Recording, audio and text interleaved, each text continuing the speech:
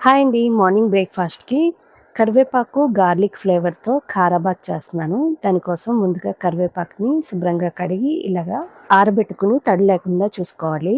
తర్వాత ప్యాన్‌లో ఒక టేబుల్ స్పూన్ ఆయిల్ వేసి ముందుగా గార్లిక్ వేయించుకోవాలి. తర్వాత కరివేపాకును కూడా వేయించుకొని దీంతో పాటు జీలకర్ర, 4 ఎండుమిరపకాయలు కూడా వేసి క్రిస్పీగా వేయించుకోవాలి. కరివేపాకు ఇలాగ పొడి అయిపోవాలనమాట.